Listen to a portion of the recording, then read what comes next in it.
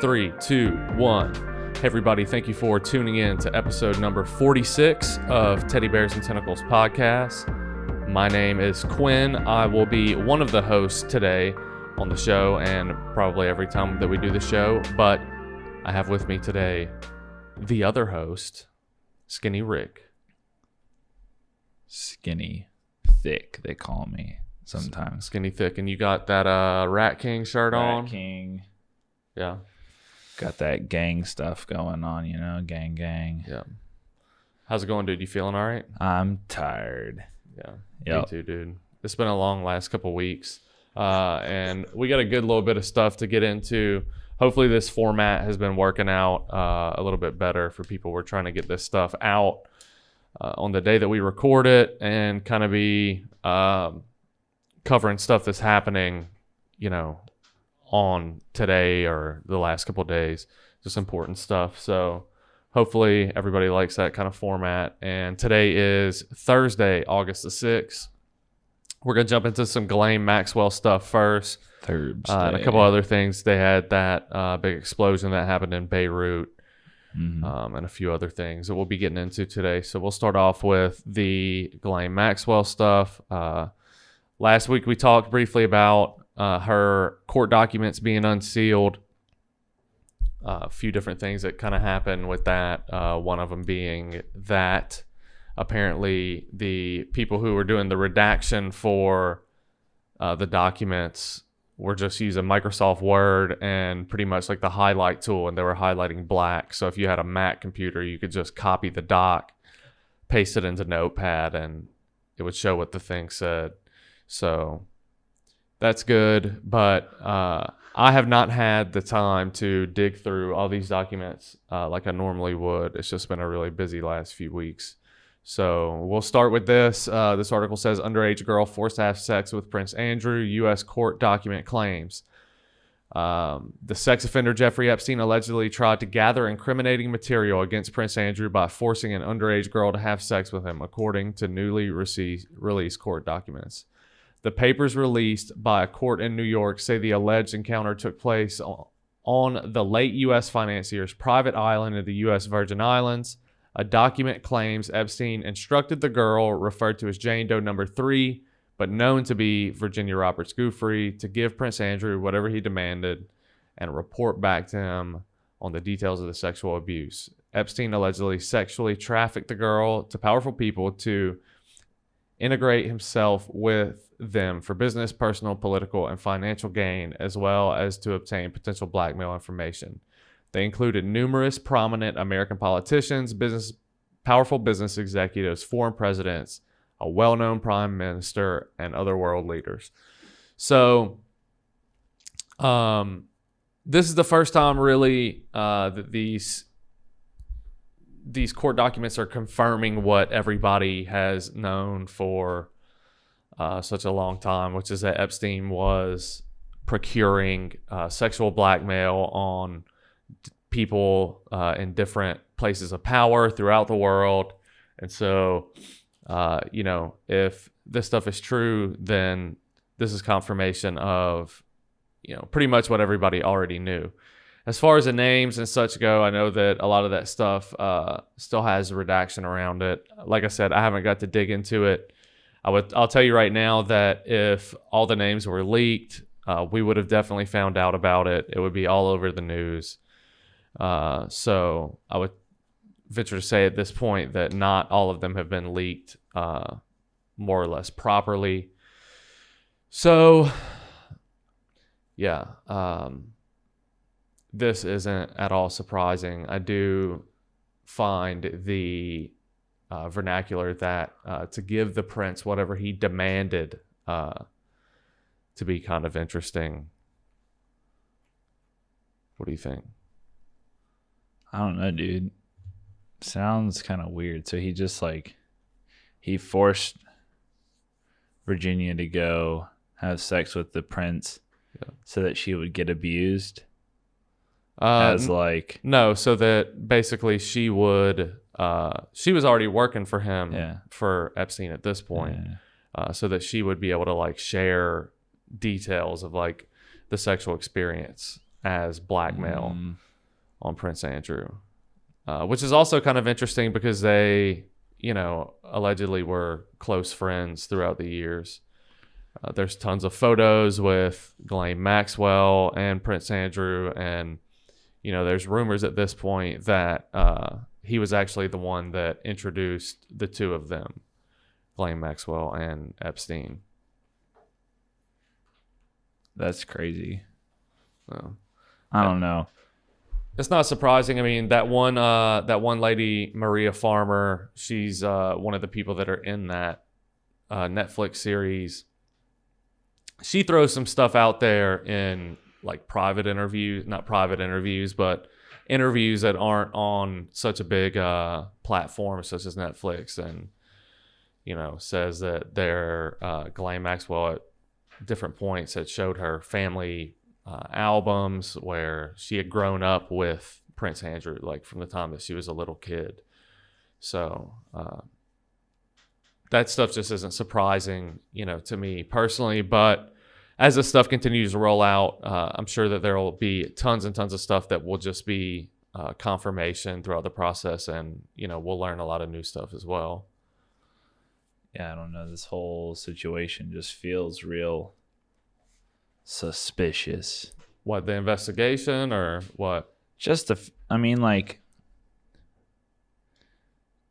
like it's just moving so slow that it feels like there's people trying to stop it, from happening. Yeah. Like there's definitely people that we're not seeing that are trying to make these things disappear. But she's supposed to have the right to a speedy trial, so we'll see. I mean, we've talked about it before.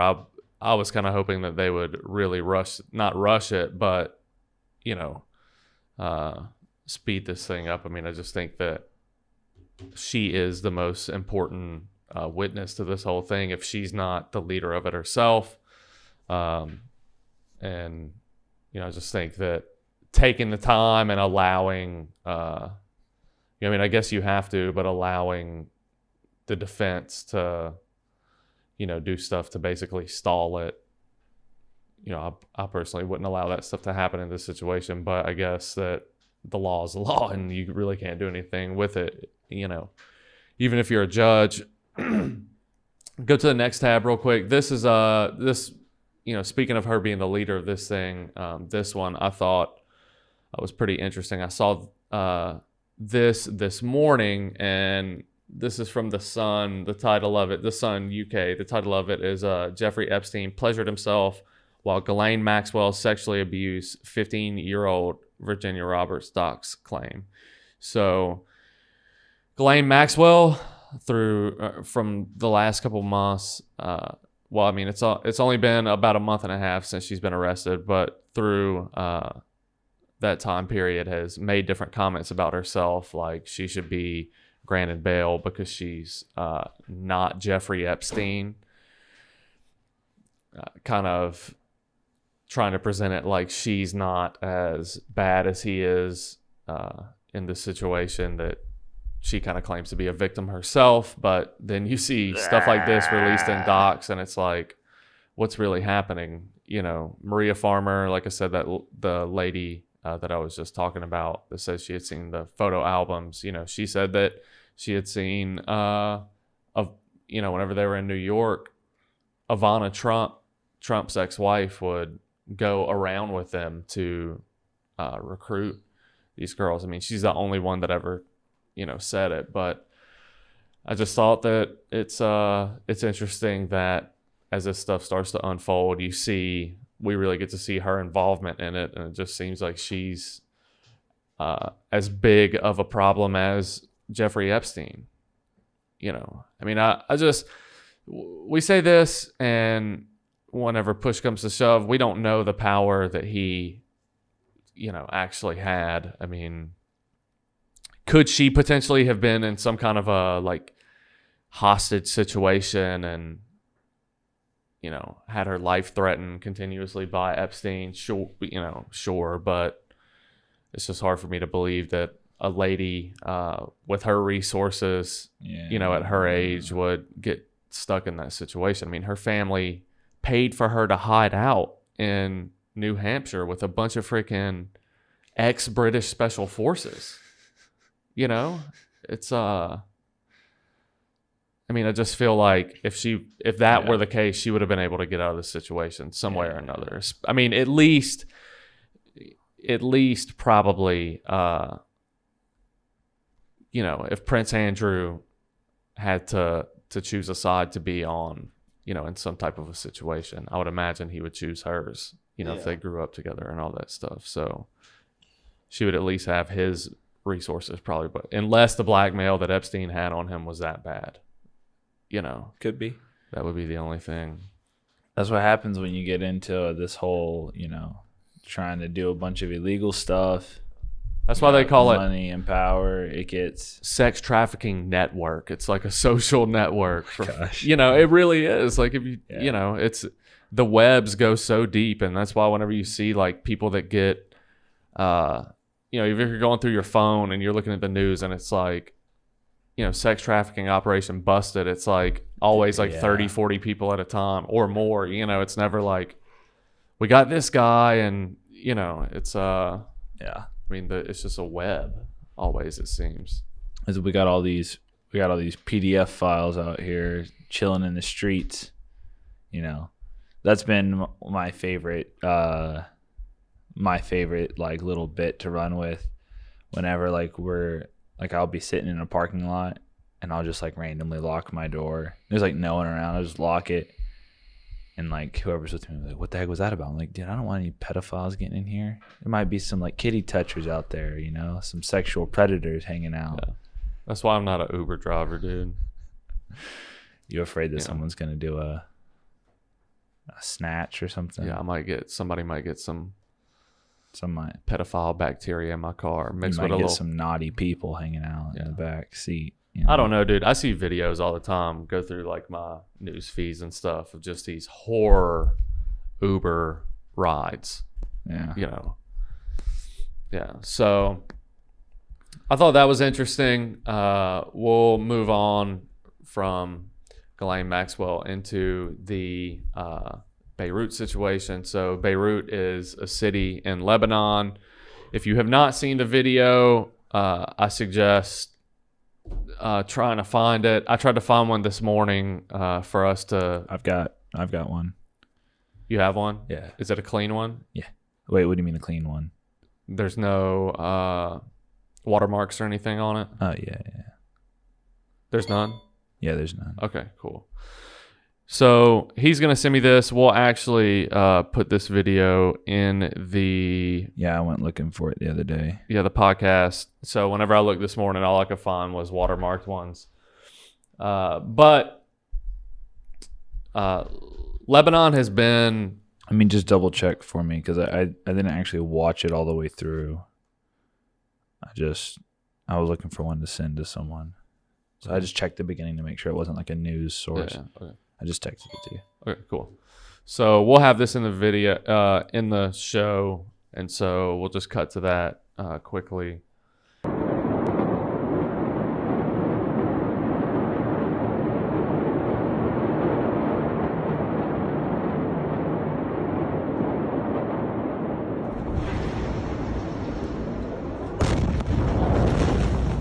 And yeah, so this happened, I want to say 2 days ago.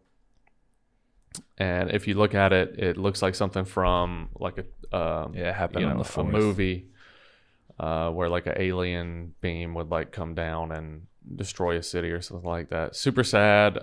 We'll kind of get into more of the numbers on how many people were injured and died and stuff like that shortly. I wanted to talk quickly just about Lebanon's history the last couple of years. So they were in a civil war. It was multi-faceted civil war in Lebanon lasting from 1975 to 1990 and resulting in an estimated 120,000 fatalities. As of 2012, approximately 76,000 people remained displaced within Lebanon. There was also an exodus of almost 1 million people from Lebanon as a result of the war. And I want to say their economy has been really rough, since then, and this thing really is just a huge setback for them. I saw a side by side, like before and after video of that harbor where the explosion happened, and I mean, it completely destroyed everything. It's pretty crazy. It's wild to me because it looked like when I saw the first clip, I was like, "This is real," because it straight up just looked like.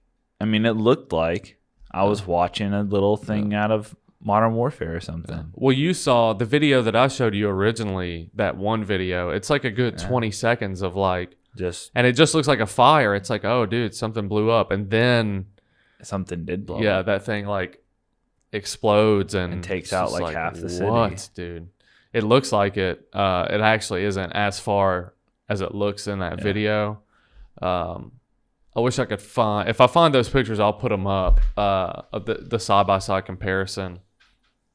It's kind of hard to tell because it looked like it was just kind of a still shot from like a drone footage, and the two shots they had were just a little bit different angles, so it's hard to tell like, oh, this is like this building, type deal. But so go on to the next tab. I want to say that there's a couple of things that I just wanted to read from this. Scroll up a bit.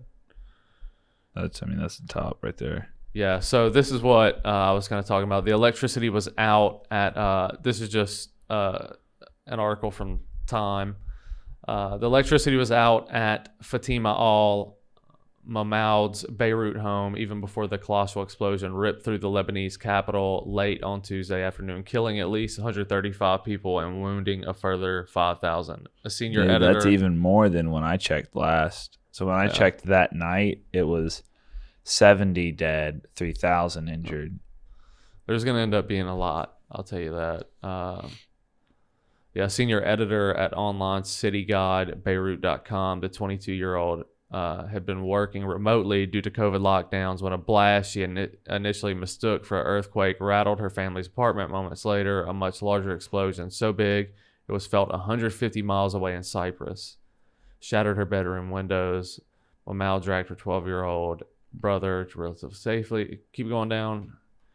I thought that there was actual information in this. Can I say this? Like what happened? I'm not into articles. I just want the information. Scroll down. Okay, it's fine. Go to the next tab. Well, they were already economically suffering, is what basically what I'm trying to what this thing says. I mean, this is what it says right here. I mean, this is the numbers. Yeah. So the blast, which Lebanese authorities say took place at a warehouse containing massive quantities of explosive materials at the capital's port, has left Beirut downtown strewn with rubble and twisted rebar, blew out windows at Beirut's airport more than 5 miles from the blast site, and rendered 200,000 people homeless, according to Beirut's governor, Marwan Aboud, who estimated the cost of the damage up to $5 billion. It's going to end up being way more than that. After a night during which the radio presenters read out the names of the missing and injured as relatives scrambled to locate loved ones, rescue teams were on Wednesday still pulling wounded survivors from the rubble and retrieving bodies from the water. The death toll could rise still further, with many still missing, according to Lebanon's health minister. Yeah. Go on to the next one. The next tab. Yeah. So this is New York Times. The chemical cache that apparently exploded was not supposed to be in Lebanon, but arrived there on a troubled freighter. Now Beirut residents are digging out of the devastation, looking for survivors, victims, and answers. So this wasn't even supposed to be there. Yeah. So like some people just showed up and were like, "Oh, we need to stop here." Yeah, pretty much. That sounds suspicious. It is a little suspicious sounding. Was there an investigation on the ship's crew? I mean, I'm sure that, I don't know. Maybe if they're not dead, of course. I mean, if they were there, they're dead. But you get what I'm saying. Like, Let's just keep reading here. Search is on for survivors after the blast kills at least 135 people. Lebanese officials knew the dangers posed by storing ammonium nitrate at the port, but failed to act. The origin of the disaster began in 2013 with a troubled cargo ship. Anger simmers a day after the blast. Beirut struggles to salvage what they can from an area resembling a war zone, and Trump insists that the blast could have been an attack. I don't know, man. They're saying that the disaster has been there for 7 years. Yeah, the ammonium nitrate. The stuff. Yeah, they just let it sit there for 7 years. Sounds like it, dude. It could have been some kind of a ship that. I mean, there's just no telling. 7 years for a ship to not move. Telling. I mean, it may have moved, dude. It may have gotten repaired and left. And left the stuff? Yeah. I mean, no way, dude. We'll find out more about it as time goes on, but it is very... I mean, if right, someone walked up, if someone walked up with like a hand grenade and was like, like I accidentally like pulled the pin and like we have to hold the lever, you know, so it doesn't blow up, and then just like hands it to you and is like, I'll be right back. It's like, no, I'm not taking that thing. You know, I don't know, dude. Let's look up what different uses for ammonium nitrate. I want to say that it is it's used for fertilizer. It's used for meth. I mean, this is the stuff that they use to make bombs. Yeah. So fertilizer and explosives, and as a nutrient and producing antibiotics and yeast. Yeah. Is the ammonium salt of nitric acid. Yeah, so I don't know, man. Tom will tell. That's such a big explosion, though. What exactly? Oh, dude, it's for sure. It looks like. Did they say how much they were carrying? Mm-mm. We can keep going if you want. The tragic impact of Tuesday's blast is compounded by the pressure it will exert on Lebanon's already devastated economy. Yeah, I mean, it seems like that's it for the... If you want to dig a little deeper, you can. I mean, I was just going to say that port, it says it houses the country's only grain silos and receives 80% of its imports. Yeah, look up which terrorist attacks in Lebanon and see if we can get a timeline on, more or less like what they were looking at. There's also a doc series on Netflix right now. I can't remember what it's called. I started watching it this morning though, and it seems to be pretty interesting, dude. Apparently there was a lady that like her husband was involved in some kind of terrorist cell and ended up blowing up a bunch of places or some big bar in Kenya and stuff, and she's never been found. Okay, so looks like there was a terrorist attack in Lebanon in 2004. It was an assassination. A car bomb exploded next to the motorcycle carrying a parliament member. Keep scrolling down. Or a motorcade. I mean, how 2005, a bunch, man. So February 2005, massive explosion killed former Lebanese Prime Minister Rafik Hariri in Beirut. 22 killed, 220 injured. March 19th, car bomb exploded near the I don't exactly know how to say this. It was a suburb in Beirut. The blast happened and wounded 11 people. It says, also in March, a bomb left in a leather bag exploded the back entrance of a Cacique shopping center. 2 Indian and 1 Pakistani janitor were killed. There was a bunch in 2005, man. It looks like there was... it's a pretty good chunk of terrorist attacks there. 2006, just a couple. 2007, keep on going. Looks like there was 7 or 8. 5 in 2008, 1 in 2012. How scary is it? 2014 had a bunch. Man, dude, how scary is it to live in a place like this where this stuff happens just regularly? once a month. sometimes it seems like. Yeah. Scary, man. Twice a month in here. Yeah, we take for granted so much the peace that we have in this country, man. People really do, though. Yeah. Yeah. They don't appreciate it. Everybody's worried about so many things that, and this kind of stuff is happening constantly. I just I heard that there's another place in the Middle East, some little Muslim country that's killing gay people again. I mean, look, I get it, man. Social justice, all that stuff, all of it. But could you imagine living in a place where gay people got thrown off of a building? Yeah.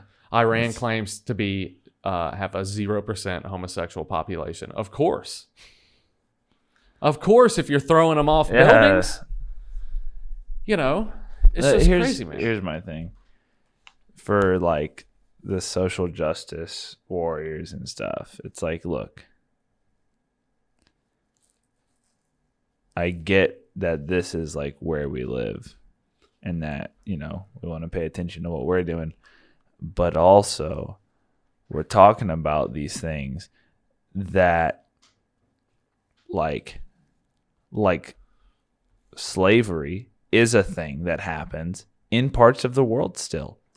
Today is happening, is actively happening in other places.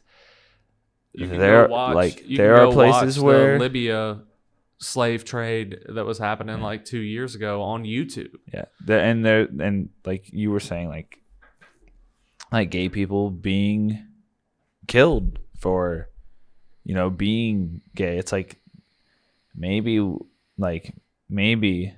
we can figure out like just it just seems like it's almost as if like your efforts would be better spent actually fighting that stuff instead of, so focused on, all the yeah, there are racist people here. Like obviously, like there are people who are racist in America, but no one here still owns slaves. So like, why aren't we trying to help these places where that's an actual except for Britney Spears. Yeah, I guess that's true, but yeah, I mean, you get agree, what man. I'm saying, though, right? We're so caught up in our own, issues that are really so small compared to the rest of the world. Like we have it so good here, but like people just get caught up in it, Yeah, well, look, you're only gonna know what you're exposed to, really, and that's also, just goes back to the problem with social media algorithms and all of that type of thing. I mean, it just is. I got something from Google last night saying that there's some big class action lawsuit against how they were kind of managing and people's content and stuff like that. I mean, it says you get like $12, but still, it's, this is you got $12. No, I can get it if I want it, but I mean, it's just one of those things to where these algorithms are basically creating this world in which it's almost like the platform makes money. So it's almost a form of brainwashing, really, where it's like they're like we are only being exposed to certain things, which gives, like I really believe that knowledge is power and like experience is empowering. And so when you live your whole life, caught up in your own ideals and you're limited to only like hearing what you think and being around people who are like you are limited in what you actually know and how, echo chamber is what they call it. Yeah, exactly. Where you surround yourself with only like-minded people so that. And that's either way, dude. That's for, that's for racist old dudes, or that's for people who think that anyone that's like over a certain age is racist, like that's just, either way for Christians people a lot. Yeah, you know, it happens a lot. Well, that's part of the thing where like I hate it because like the fact that we make a distinction between music and Christian music, that hurts. Yeah. Like, what do we think that we're separate from the rest of the world? Yeah. Do we think that we're just not like? Are we just gonna pretend like we're not also here? That that just hurts our ability to minister to people and to reach people because we separate ourselves. It's like comedy, and then is it Christian comedy? Like what we're gonna. Well, a lot of people do think that. A lot of people do feel that way, and it's silly. If you're talking about Christianity specifically, like it completely just negates what you're supposed to be doing as a Christian, which is sharing the gospel and leading people to Jesus. It's but you create this echo chamber. Especially in like old school Pentecostal stuff where it's. Your kids have no idea what a Pokemon is. They only watch Veggie Tales. And look, like if that's how you want to train your kids. You got Jennifer growing up wearing only jean skirts and stuff like that. You can't. Yeah. And you don't expose your children to any diversity. That's what you're creating. You're creating an echo chamber and you're actually negating the things. Get the ferns off your stage and, start relating to some people. Yeah. My thing is like if you just shelter your kids from the world, then when they're adults, the world's gonna eat them up, dude. Yeah, like they're not gonna be ready. They'll become Karens. Yeah. While stuff like this is happening on the other side of the planet. Yeah. Completely naive to what's happening. Not aware of what's happening around them. Yeah. Not aware at all. Jump on the trend. What's happening? What's the social thing right now? Let me jump on that. And it's not that like and then you end up with a bunch of white girls at the protest. Yeah, I'm not trying to like undermine or like devalue like the racial tension that we have right now in America, because I think that what's happening right now is very important, and whether or not everything that is happening and the way we're going about it is how I feel like is the most beneficial way. I think that it is important that we work through this as a nation. That being said, there are still places that slavery is a real thing. Yeah. Like that is happening. And so I just don't want us to like, it just gets frustrating because if you bring up anything else, people are like, you're missing the point. Like you're missing, like you're just like, but yeah, that may be happening over there, but that's not what's happening here. It's like, yeah, that's my point. Hey, none of us are slaves right now, and in a very literal sense, I was watching, I don't remember who it was, but I was watching some panel where it was a bunch of African-American people coming together and talking about themselves as a culture. Like, hey, how do we feel like, where do we feel like we're succeeding and failing as a culture right now inside of this, these odd times? And one of the guys was like, he had some great points talking about like any industry that they're in, they're like leading, like in music, like, you've got these artists who are always in the top charts, they're pushing that needle. They're keeping those numbers up. They're keeping the money in that industry. Talking about the NBA, stuff like that. Anywhere that there are African-American people participating in the industry, they excel. They are in the top, the top list of people. But with that, they don't really own any of these industries. Talking about like the NBA, like that is like they run the whole, they run the whole thing. They are the success that is inside of that. But all the teams are owned by China, whoever. Yeah, the league is more or less owned by China. Yeah, and so he was talking about how like he feels like they really succeed in being, not like trendsetters, but like the leading force like in competition and stuff. But the problem is that they don't own any of these things. So like they're making all this money for someone else, and that's where like that's what I'm talking about. It's like to me that's a problem. But also like like I'm not like we're not just gonna take away like someone else, like someone, you know, if someone owns the rights to this team or whatever, if they're the manager, like we're not just gonna like get rid of them just because of the fact that they're, you know, whatever. And so like I don't know how to fix that. I don't know how we go about fixing that, but it just makes sense to me that it's like instead of treating the situation we're in like we're living in this, like we have more people here who get more passionate and angry over the types of like the type of racism that we deal with, where it is like microaggressions and stuff like that, where it's not as forward, but yet like we don't have like the time to actually look at, oh, there's gay people being killed because of, you know, their sexual orientation, whatever. There's actually people being enslaved. Like we're not going to be upset about that. And even because we want to get held that. up over the, you know, the microaggressions, which have like that's, you know, that's real. I'm not discounting that, but I'm saying we're like, does it really make sense for us to be putting all of this tension on this thing that is in and of itself not as drastic as actually being like murdered because of the way that you know.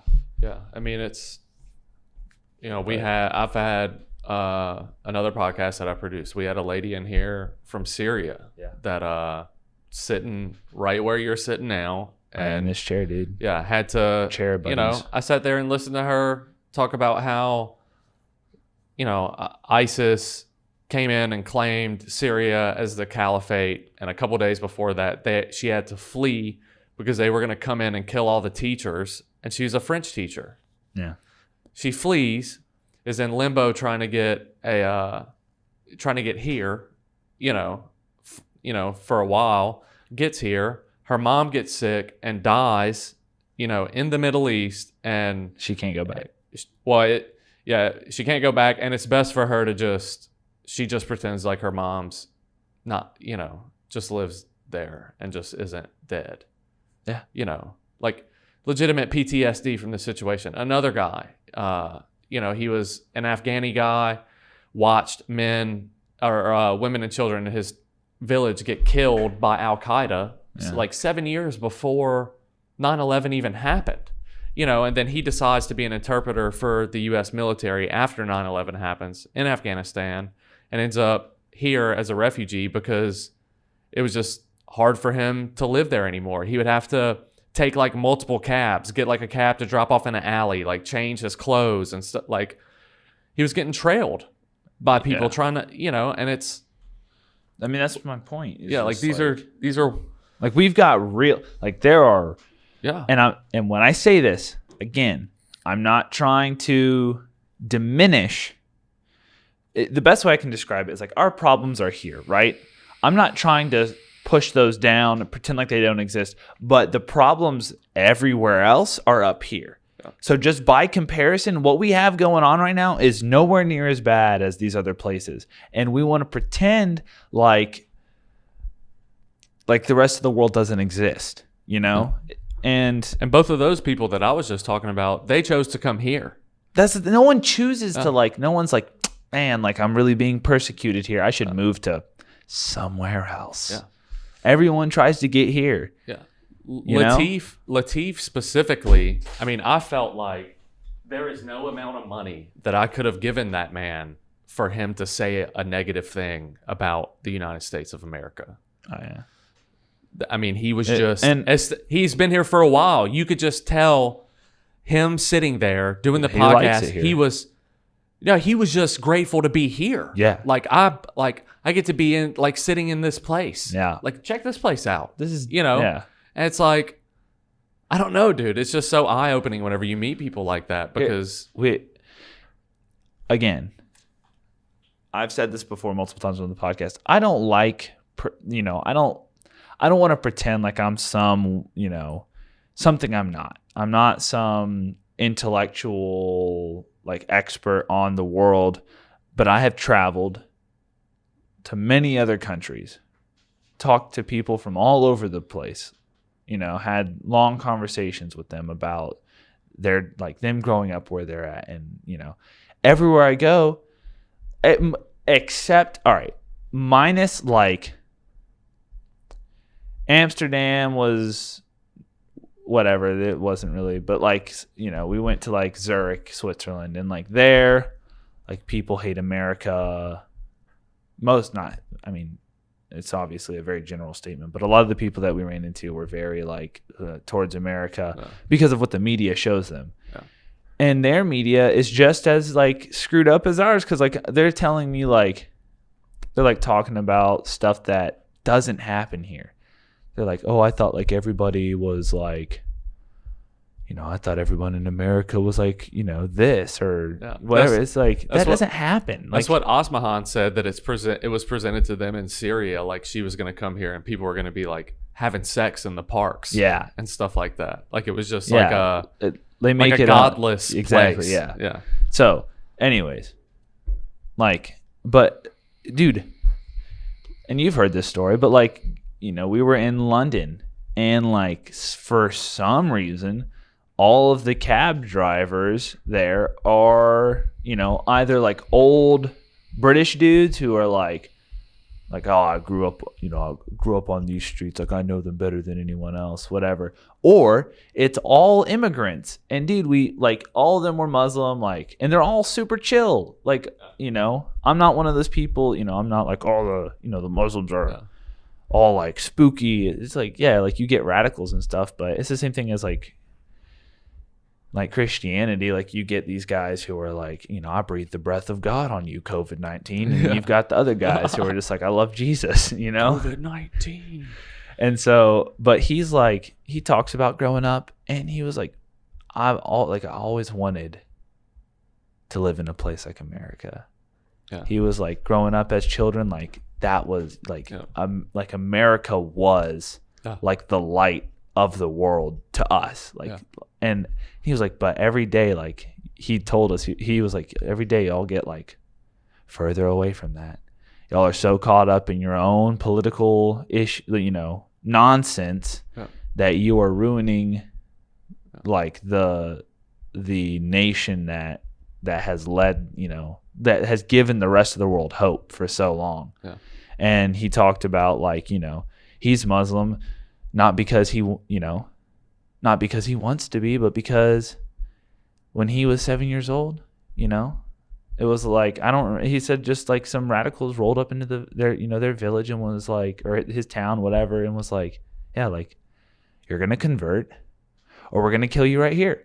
And and we were like, well, that like, you like live in London now. You don't have to, if you don't want to do it, you don't have to do it. And he's like, yeah, but like been doing it for so long. Yeah. It's just my life now. Like I've been Muslim for so long. It's like, I don't know what else. Like, I don't know what else I would do.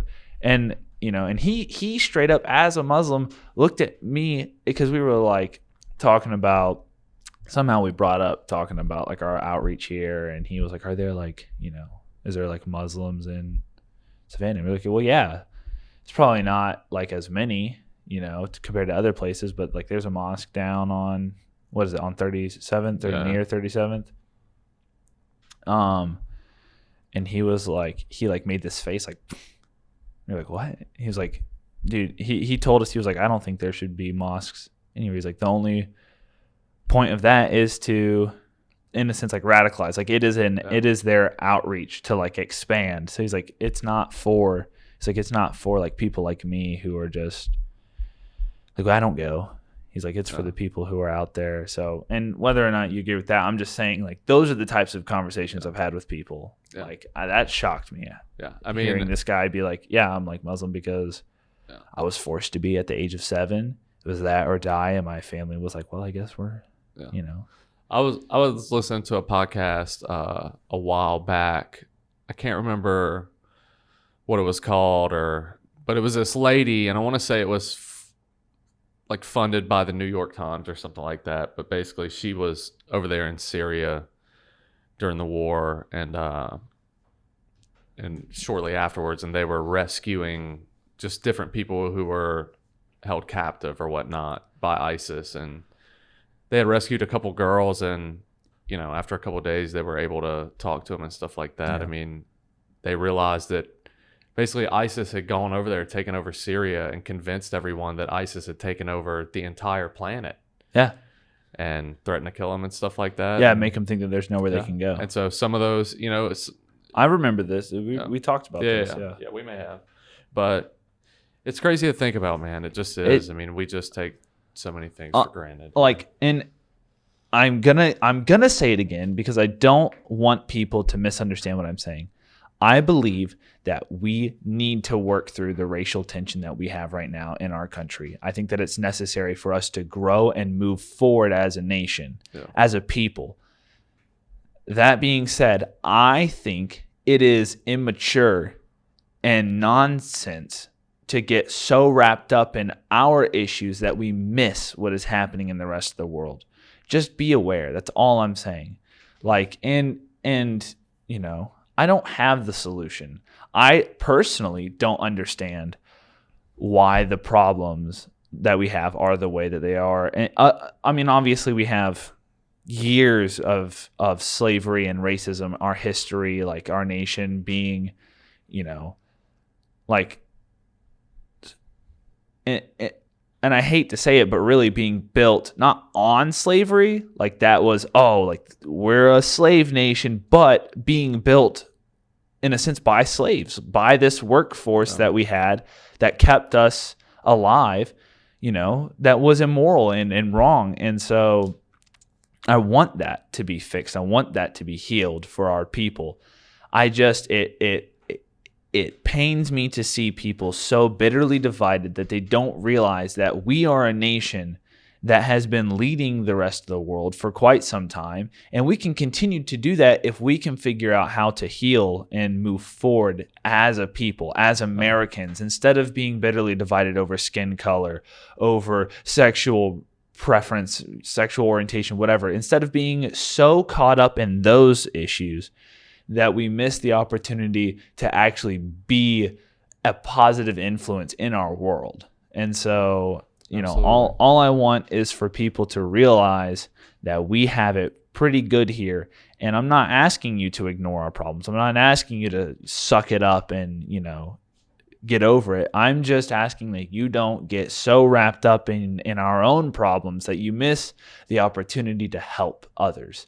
Yeah. And so, because if we expect to be perfect, if our goal is the same thing with like Christians, if we want to be perfect before we help others, it's never going to happen because nobody's perfect. We all have problems. We're going to have issues, but we have to learn how to work through that together and to move forward in order to help others. So, it's it's an odd time. I never thought that I'd have to never thought that I would have to defend myself against people who are, trying to accuse me of things that I don't agree with. Just because I'm white, I get people who will come at me and make assumptions about how I feel about things. And it's like, dude, I really don't even care. I just want people to be treated fairly, no matter what color their skin is. And so if that means that we need to fix these issues that are so deep-seated in our history, then that's fine. But let's not do it through hate, you know? Yeah, for sure. Otherwise, we're no better than the people who are racist. We're no better than the people who are, oppressive. Yep, absolutely. I agree, dude. Well, let's what else do we have for today? We've got some of this. We got this. Yeah. Let's go back to that was the end So of it. today is the 75th anniversary of the bombing on Hiroshima. Saw a couple articles this morning. I just wanted to bring this up briefly. Saw a couple articles this morning that was saying, that today what was done would be considered a hate crime and not a hate crime. War crime. Yeah, a war crime and all of that. This is just another huge chunk of American history that is, whether you agree with it or like it or not, it's part of our history. And so, yeah, I just wanted to bring it up real quick. 75th anniversary. And, I have actually, in my family's possession, a picture of the plane that dropped one of these bombs in Hiroshima, signed by the pilot. Somehow or another, somebody That's that crazy. I knew him, and he gave us a signed picture. But so yeah, we were in Pearl Harbor not that long ago. This year, I ate some shrimp in the parking lot, and I think you might have went in for a second. Did you into like the monument or whatever? Mm-hmm. Yeah. Yeah, I think we You stayed in the talking parking about lot. Pearl Harbor? Yeah. Yeah, I went in. Yeah, I went. I mean, there wasn't much. Yeah. There really wasn't much there for like, I think the free whatever. Yeah. Like I think you can pay to like tour. Yeah, of course. Whatever, but we just kind of walked through the little entrance area. Hawaii does have a lot of paywalls, dude. That's for sure. Yeah.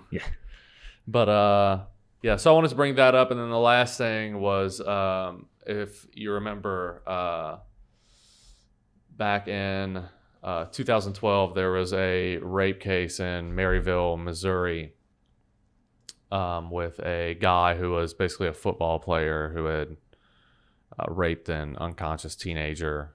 And I don't remember that. Yeah, I wouldn't imagine you two. This is just and so the football player, he basically got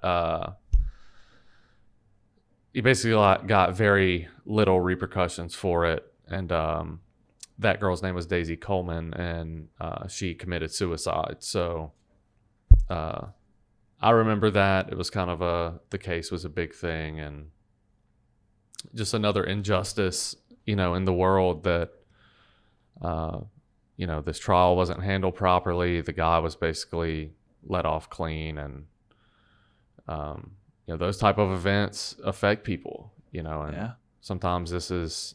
I'm sure this is the result of it. I mean, getting especially as a teenager, really, and I'm an adult. Yeah. But really, like, still at 18, like you're really not an adult yet. Being a teenager, you still don't. I don't know. It's like you really are still kind of a kid. You're trying to figure it out. You're transitioning out of that child, being a child into being an adult, and it's this awkward in between, and especially to be taken advantage of like that is just disgusting. And but especially on the other side of that, to not see any justice, it obviously can make you feel like no one cares. Yeah, and and it does something. It'll do something to you about your value. It'll make you believe things that aren't true, and that that's something that you would have to live with. Yeah, and if you're it's the type of thing that drives all of these like Epstein victims to push for justice. Even though the guy's dead. I mean, just something. It's at least to like. Yeah. It's sad, man. It's super sad. At least for people to hear what you're saying. Condolences to her family and all. Injustice just carries a different face, so often. And unfortunately, a lot of times what it looks like is a government representative not carrying out their role correctly. And I mean, I'm going to be honest. Like I don't believe that justice is revenge, And even with our laws, like my idea of justice is more biblical, like in the sense of like what. Like I don't necessarily just believe that what our laws are is justice, but I do believe that we have a system put in place that should be able to defend the people and protect them and bring justice. And so, you know, I guess what I'm trying to say is like, we have these laws and systems put in place that are designed to protect people like her and bring justice, not revenge or anything, but to see some form of punishment put in place for this wrong that has been done. And it's hard to right a wrong. I mean, really, the idea of justice in and of itself is a very difficult thing to achieve, because I mean, you can't give that back. Yeah. What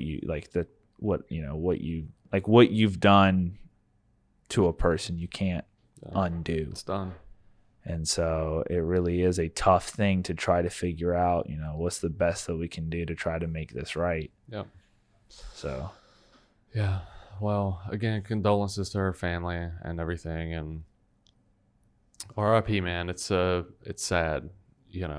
There's no telling the stress that she's been under. I mean, it's just a hard time period for everybody. I couldn't imagine having something like PTSD or something like that from a tragic event and being forced to stay in my home for 3.5 months or whatever, now that this lockdown is kind of happening. So yeah, man, you have anything else you want to touch on before we close out? Anything I want to say? Yeah. No. Anything you want to talk about? No. Sorry, it's just a heavy topic, because like my sister's 14. Yeah. Like, I don't even know what I would do if that happened to her. Yeah. So it just kind of, I was reading through it. It just kind of, Yeah, it's crazy, man. It's real. Heavy isn't even a good enough word for it, but that's, Yeah, it's tragic is what it is. Yeah. It really is. I don't know. It does something where it's like you wish you could have done something, but it's like there's nothing. I don't know. I'm so far removed from this situation. It's like, I mean, the best thing that you can say is, and with stuff like this, is people need to, especially kids, man. Kids it's a time where your body and your brain's developing. Like, hold people accountable. If you see some dumb stuff happening, or people talking about something dumb, like, say something. Hold those people accountable, man. I mean, I can remember being a kid, dude, the stuff that we would say, and stupid stuff, man. And I'm still, I still say stupid stuff. Yeah. Luckily, we never had anything like this happen that I'm aware of. Well, we kind of did, but not maybe to this extreme. Not like a private. We had a guy that got hazed pretty bad by like the football team. Yeah. But as far as like at parties and stuff like that, for the most part, nothing like that really happened whenever I was a kid. But I'll say that, I mean, on the other side of it, like, it wouldn't have taken much. There were tons of people drunk and passed out and stuff like that all the time. I mean, it's rough, dude. But yeah, call that stuff out, man. If you some, got friends that talk about crazy shit like this, I mean, doesn't do anybody any good. So, you ready to get out of here? Yeah. Okay. Well, again, this is episode number 46. Thank y'all for watching. I know it was kind of a little bit heavier of one, but it's just the stuff that's happening right now. So if you want to follow us on social media, you can follow me on Twitter. I'm at TBAT Quinn. Mine is at TBATSKINERICK. Maybe follow me on there. Skinny. And I'm on Parler as well. Same thing at TBAT Quinn. So If you got Parler, follow me. I've actually been active on that. So, and that's it, dude. So thank y'all again for watching episode 46, and we will see y'all next time.